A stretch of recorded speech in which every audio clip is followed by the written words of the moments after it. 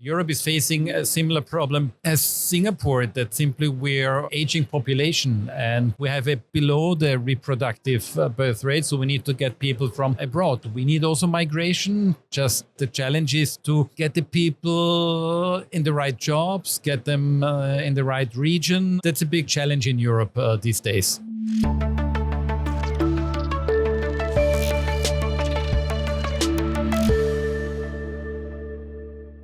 Hello and welcome to the TFC Business Show. So I'm Anthony from TFC. I'm moving away from the investing podcast and coming into small businesses. So welcome. Great. Finally, I get to do something else. With me is Sufyan. Sufyan, you want to introduce yourself? Hi guys, my name is Sufyan. I run a consultancy on sales and speaking, and I'm very excited today, Anthony. We have two very esteemed guests today and we'll let them introduce themselves. So could you introduce yourselves? I'm David Bachmann. I'm the Austrian Trade Commissioner in Singapore. Been posted here since 6 years. And enjoying the island state so far. Promoting Austrian businesses here and representing Austria on the business and economic side. Sorry, the only thing I know about Austria is really the sound of music and the opera. Yes, but that's a good thing, you know. At least there's something you can build on. That's what everybody knows. Not so many people know is that we have a lot of businesses and our businesses are mostly SMEs. I mean, we have some of large ones, but mostly SME. And we have something in common with Germany, with the south of Germany, where there's a lot of Mittelstand. So those small and medium-sized companies, but they're in their sector world leaders. Let's hear from our other guests. Could you introduce yourself? So my name is Antonio Garcia. I'm in charge of economic and commercial and investment at the Embassy of Spain here in Singapore. I've been here for 3 years already, but I'm familiar with the region. I was posted before in Malaysia, Korea, Japan, and very happy to be here again for my second time at the Financial Coconut.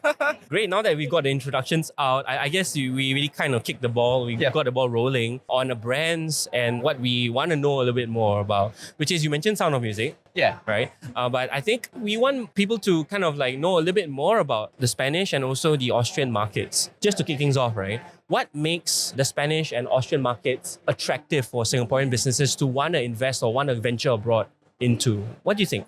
Well, first of all, we have a very similar country size population-wise as Singapore. Austria has 8.5 million inhabitants. We are an open economy like the whole EU is. And what makes it very attractive, I mean, this applies also to Spain and all the other 26 EU members, is that we have a free trade agreement between the EU and Singapore. So basically, it was concluded 2019, and as of 2024, all tariffs and customs have been abolished. So it's very easy to conclude trade between the two countries. And when you ask what makes it attractive, it's simply a stable economic environment. You have a very well functioning law system, and within the EU, many things are harmonized. So if you export to one country, you could also export to another one.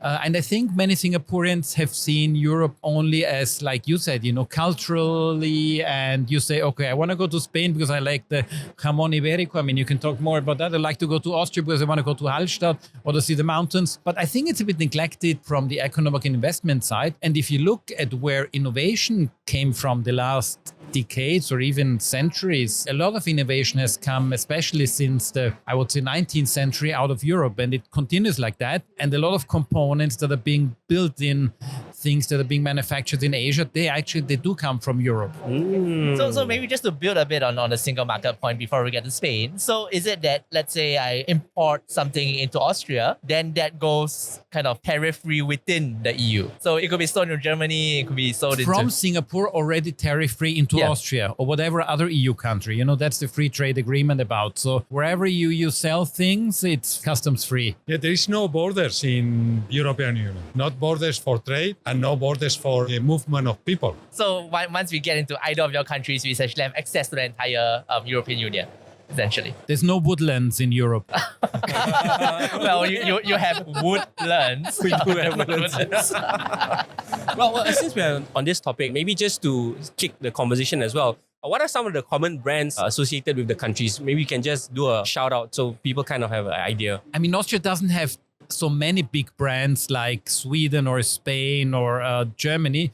But we can talk about the SME landscape a bit later on. But the big brands in Austria, definitely everybody knows Swarovski. You have some stores also in quite a lot of stores in Singapore. Red Bull also, KTM, motorbikes, a lot of people know them. So just to name three of them. But the other brands, you don't know unless familiar with the specific things. So for instance, if you look at the Marina Bay area, everybody knows the Apple flagship store and, you know, the glass building. But nobody knows that the glass, it's very specific, very particular. Actually, that's Austrian glass. It's an Austrian company building glass because it's round shaped and, you know, it needs a lot of technology. But again, if you don't work in that area, you wouldn't know that this is Austrian. And just to give a second example, if you're a prisoner in Changi, you would communicate with Austrian communication systems. But very few people are prisoners in Changi.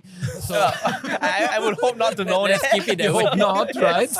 And you know the new system for the passport? Yes. Yeah. That system is also developed by a Spanish company. So Spain is not just Zara and Real Madrid and Barcelona. Well, it's also technology, not only fashion and food. But let's expand that since we're on this topic. How about for Spanish, some Spanish brands and companies associated? Well, there are quite a few in the fashion business. Zara is the most popular one, but also Mango, Desigual, Bimba y Lola. You can see them in Marina Bay Sands, in By Orchard the way, Road. it's pronounced as mango, not mango, right? Is it? Yeah, see, that's Okay. So, I mean, it sounds like a lot of the businesses, those are very much established brands, right? So, let's put into the context right now. I am a Singaporean business owner.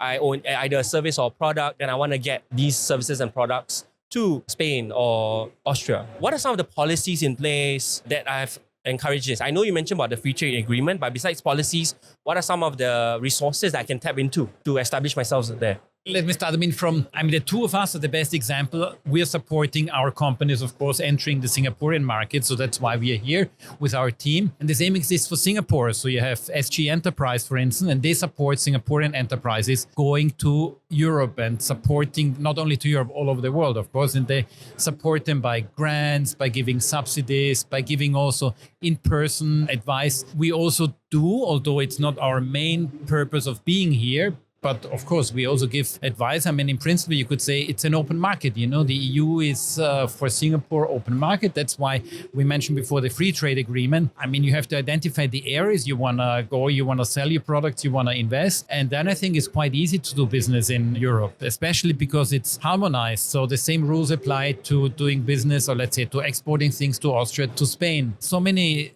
Singaporeans go to Europe for holiday just to take this opportunity and, to have open eyes and see, okay, what could I do there? Which business could I establish? Well, what could I invest in? So in general, we are very open and friendly to Singaporean companies in general, especially for big investors, of course. But we are also very supportive of the startups. We have a special program when we have some Singaporean startups coming to Europe, we are also quite supportive. Mentioning this, I think many European companies or countries have that.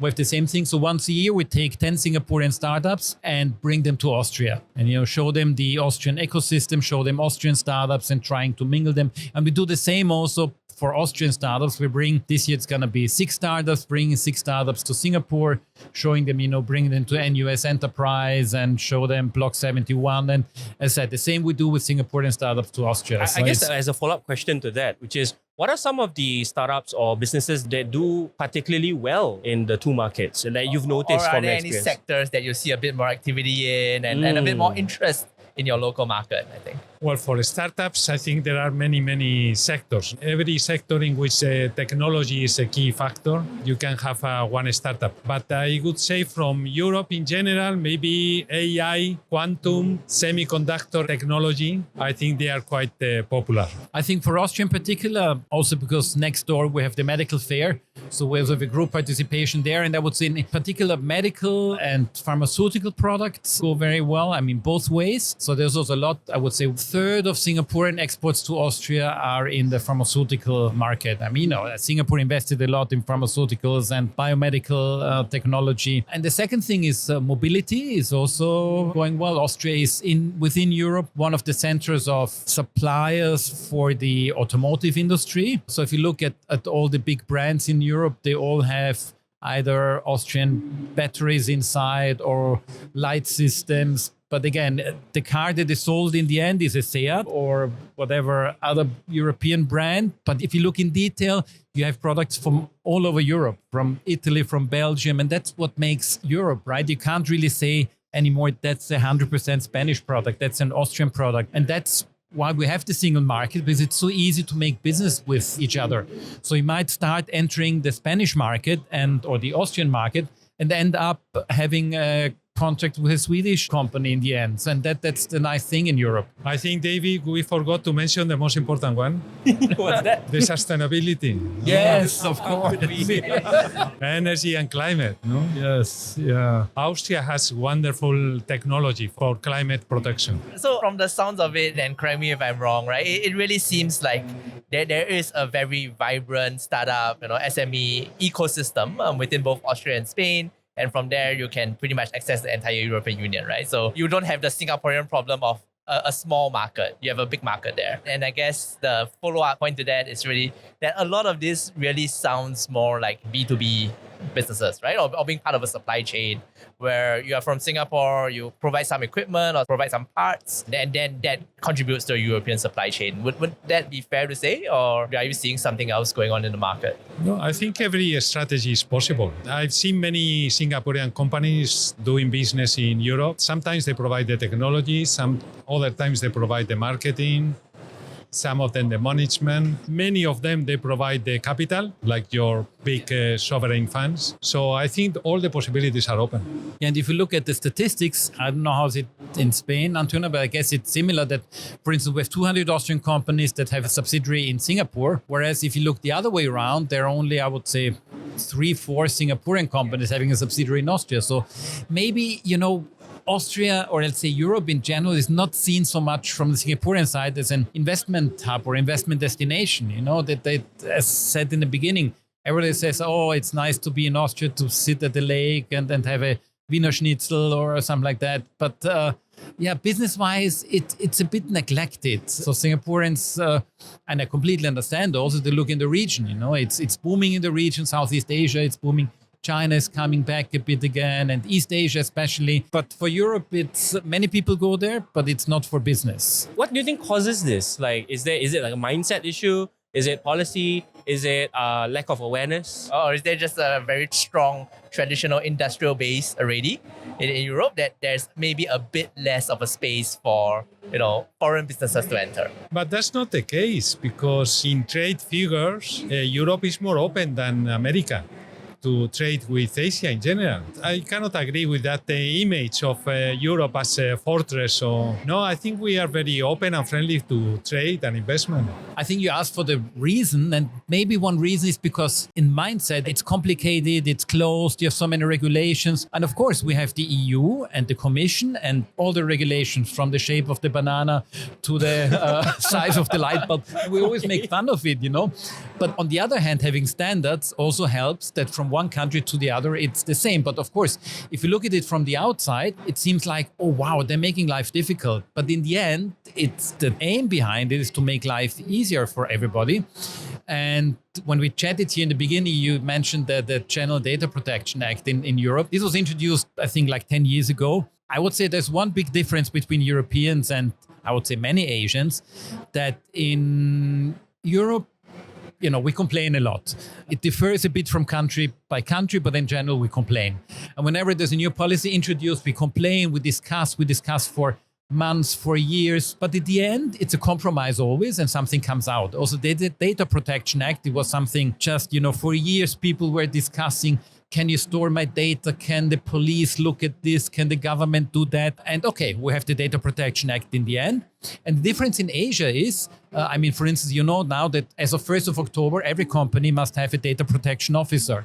And the European Data Protection Act is more or less copied and put into practice in Singapore.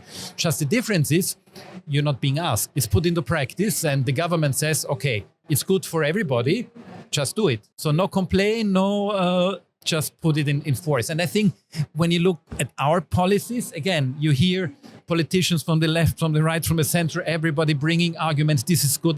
Think about COVID, We had a big mess in Europe. Everybody was saying, this is good, this is bad. And in Asia, we just said, okay, guys, you stay at home, you get vaccinated, and once we have over 90% vaccination rate, the thing is over.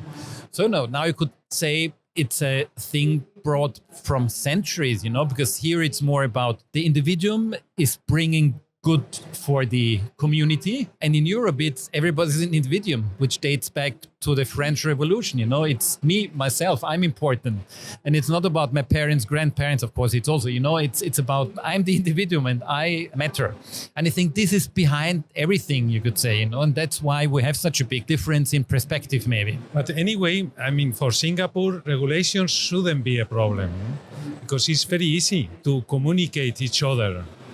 The proof is that we just have signed an agreement, digital agreement, between the European Union and the Singapore. It was signed in July. And in this agreement, it's a kind of FTA, free trade agreement, but only focus on digital economy. And the data protection is one of the clauses of the agreement.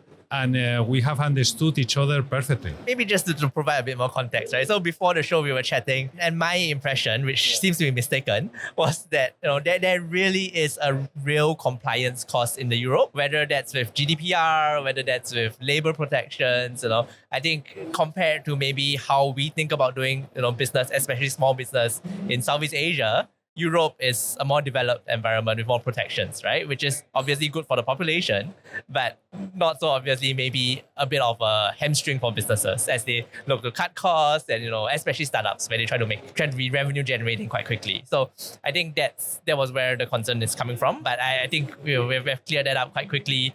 There are routes and policies that kind of leads to these differences really maybe not being as material in practice, right? That there are ways for businesses to get around it and it's not an entire showstopper right from the beginning. I'm very curious if Singaporean firms and companies want to expand in Spain and Austria, and based on your experience, what are some of the challenges that you find would be a little bit of a hurdle for Singaporeans or Southeast Asians in general? Is it language?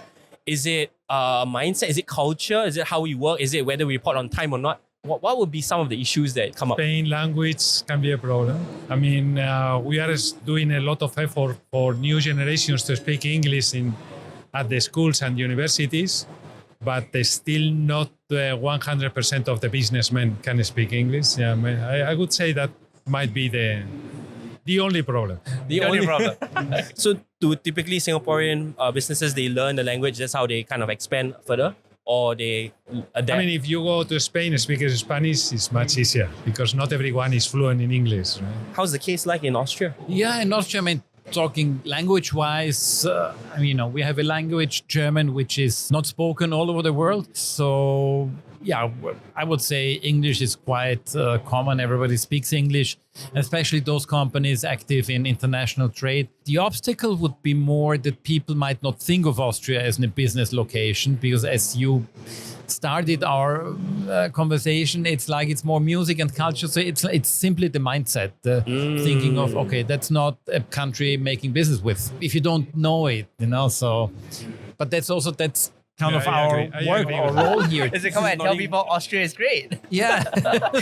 Then I think in terms of accessing the market, I think we have all been quite clear that it's quite free and quite open. But do you see a lot of joint ventures coming in? Maybe a local partner to help with localization and things like that? Or even more specifically, are there any localization requirements, right, in your countries? Do you need a local director, for instance, things like that? No regulation. Well, now there are some specific permission for strategic sectors, like energy or banking. But apart from those sectors, you have no restriction to invest into Europe in general. Yeah, I understand.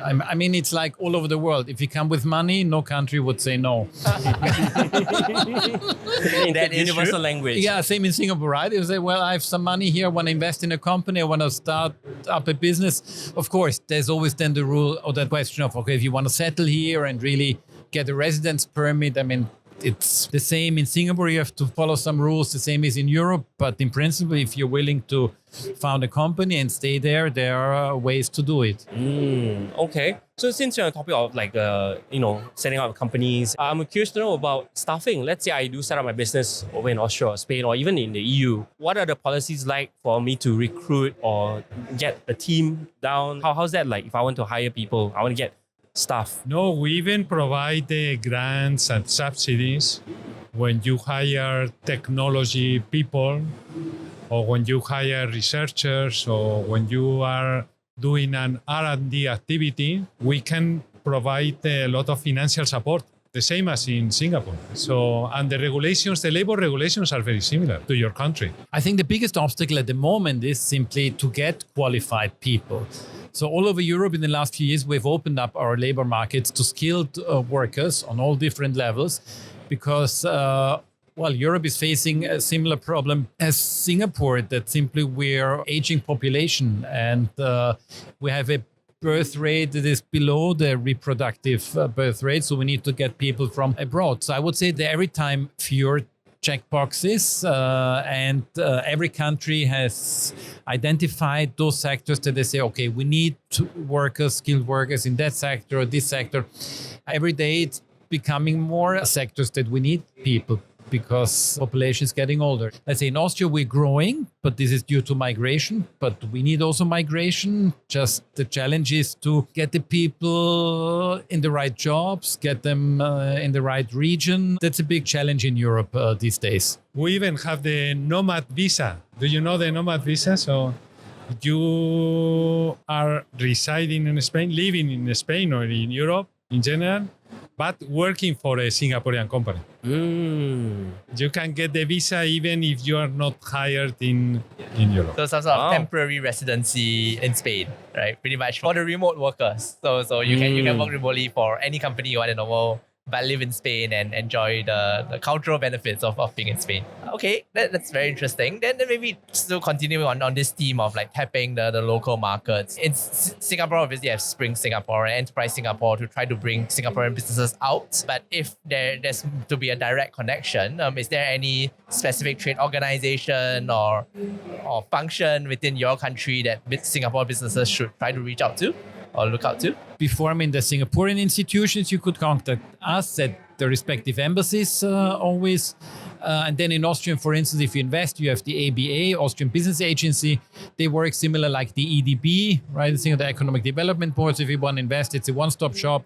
You say the area and the amount of money and the amount of people you want to have in the end, and they guide you through the administrative process. This is working pretty well. So that's from the Austrian side. Yeah, we have similar organizations to Enterprise Singapore or EDB, and we represent this organization from Spain and Austria here in Singapore. David's office in Parkview Square, and my office is in Suntec City. Well, hopefully people don't disturb you too much after this. No, they're most welcome. No. Welcome. So basically what I'm getting a sensing that doing business, there's this mindset that if I want to do business in Europe, it's not impossible. It's not difficult. There's already policies in place.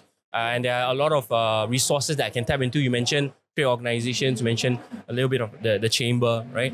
So if I want to expand, I kind of know where to go. So, I guess what we need is a lot more awareness that, it's not that difficult. Maybe the mindset thing that, I can't expand. Maybe it's more for us to change our mindset, right? That this is not impenetrable. Yeah, I would say that Europe is not only for tourists, that is very attractive, of course, but it's also for business. Think of Europe as a whole, right? What is Europe? Over 1 billion inhabitants? Over 1 billion, it's like India or China. But of course, if you look at the single countries, Austria is 8 million, Germany is 90 something million, Spain is 50 million. So each country you say, okay, it's small, but we're harmonized in our business. That's a big difference. I know there is ASEAN also, and I'm sure you're also gonna get there at ASEAN, but simply we started that process in 1957. And so it's over 50 years, and that's why we are integrated. Now, if you look at the EU, I think it's, what is the EU, 600, 700 million altogether. It's also, if you look at one country, it's bigger than the US. So it is a big market. And it's like if you make business and travel between the different US states, the 50 states, it's also easy. There's no border. And the same is in Europe. But still, people think of individual countries. And maybe we're much more different between the single countries than the US states. If we go from Alabama to Michigan, it feels still much more similar than going from Spain to Austria. Since you're on this topic, I guess it's related to like going into the market, right? Let's say I already established, like what are the typical paths for business owners that are expanding? Like, do they start with the local area first, or from your experience, do the businesses, once they put their foot in, they'll look at every market in the EU, or do they usually grow from the localized country that they set foot in once they start? No, they only have one establishment, and they cover the whole European market from there, because you don't have there is a full freedom of movement of trade and services and capital and even people. So you don't need to open an office in every country in Europe, just to I open think in there might only be some one. localization for language and things like that. Yeah, for certain products, the distribution is different, yes. Now, if you look at Austria, for instance, I mean, for historical reasons, due to the Austria-Hungarian monarchy and also the fall of the wall and Iron Curtain, so Vienna is established a bit as the hub for Central and Eastern Europe. So many companies, especially after 1989, have put their Central Eastern European headquarters in Vienna. So that can be said for certain. And yeah, it still is a bit the Central European headquarters. Many multinationals are in Vienna, but they're not in Prague or Budapest, for instance. So it's a bit like Singapore, so the hub for the region. And I would say companies normally start by random. I mean, that's what I observed. By random, they have a contact with a German company, and they say, but we have a sub-supplier that is in Austria and Belgium. So, you want to make contact with them also directly. And then, and then it spreads, and they say, okay, we've seen the Singaporean company. Maybe you also want to have contact with them. So, then they start exploring Europe, and they see the beauty of making business in a continent that is easy to make business with. Yeah, I think like that's really been my biggest takeaway from this, right? Like in Singapore, at least, we see Malaysia, Indonesia as a very traditional hinterland. But of course, they are developing economies with problems of developing economies, right? Whereas Europe is a bit further away. There'll be a lot more logistical challenges around time differences and maybe a bit of language. But Malaysia and Indonesia have language issues as well, right? But then you get the benefit of a developed economy. So it's a bit of a trade-off. You have big markets there. It's just the risk that a business thinks that they're equipped to navigate, right? And then that might influence the selection of the market that you want to sell into. Just for the sake of the viewers, if let's say we wanted to expand to Europe, we are not going to say it's a broad strokes that every state will be the same or every business will do well in every kind of country. So in general, what industries tend to do better in your countries and even the other countries in EU from your sensing? Well, maybe everything that is green and sustainable, and especially green energy. That's a sector in which Europe is very well developed, but there are also some Singaporean companies with nice technology to work in Europe. Yeah, I think Keppel has had a few quite big investments over the past few years in Europe, and a few Chinese entities have started building factories and then investing there as well. Yeah, but you could say, for instance, if you look at Europe, could say, I don't know, cars, it's France, Germany, Spain. But also, as I said, the sub-suppliers then come from the smaller countries, and they might come from Austria, Netherlands, or whatever. But I mean, it's... Yeah, they are very fully integrated economies. So, I mean, think of Spain, textiles, definitely something. If you ask me, Spain would say textiles, I don't know, if you look at renewable energy, I would say Austria is definitely one of the players. In Europe, everything is very much interlinked. Even the agri-food industry is very well diversified, all countries in Europe. And you can find very good wine in France, but also in Austria and in Spain. Yeah, that's really what I'm getting from this conversation. It's not one particular country that has ownership of just one kind of industrial sector. It's very complex, diverse. Everyone's involved in the different sectors. Yeah, so good news for any business that wants to expand the EU. I mean, look at one company that is very large in Singapore, Airbus, for instance. That's a real European company. Although they're based in Toulouse and the headquarters is there, they get parts from all over Europe, literally. It's also parts from Austria. You have the outside aluminium. It's a big Austrian company producing that. I don't know what comes from Spain. Definitely the product from Spain going there. So, so that's really the classical example of a big European company company being successful and bringing all European businesses together. And this comes from the fact that in Europe, we've been working on integration for decades. And that's why we have this regulation. It will say, okay, and if you produce a plug, it must have exactly this and that size, because then you can use it in Belgium, the same as in Sweden, as everywhere else. And then that's why Apple needs to have USB-C, which is great. Yes. So here, just been to Indonesia, then it's, oh no, I got the wrong plug. Oh no, can I get a plug? Oh no, we don't have it here now. So, and especially it comes to industry, okay, if you produce that, you can make the same thing in Sweden. That's why you don't need to negotiate on certain things. I mean, in Europe, we complain a lot about Brussels. It's always, Brussels, all the bureaucrats in Brussels, what they're doing. There tens of thousands are working there, but they're doing their job, doing the job of integrating Europe, of bringing everything together. And that's why, imagining traveling from here to Malaysia, say Penang, whatever, not having to show anything, not even electronic, they're just traveling through, and in Malaysia you put in the same plug, although I think in Malaysia it is the same plug as in Singapore, right?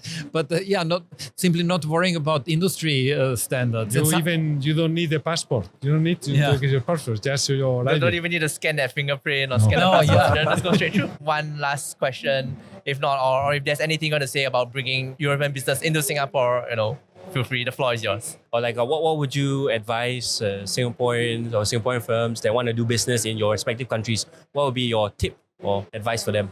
Well, I would advise you to visit Europe. and not just the touristy part. No, and not only the touristic part. Yeah. Or come to the fairs. Both of our countries have a lot of group participations at trade fairs. The neighboring medical fair, we have the Food Hotel Asia. There's so many fairs with European companies. Just, go there, talk to them, see what potentially you have as a supplier or as a buyer. I would say we're present in the market. We are here for a reason.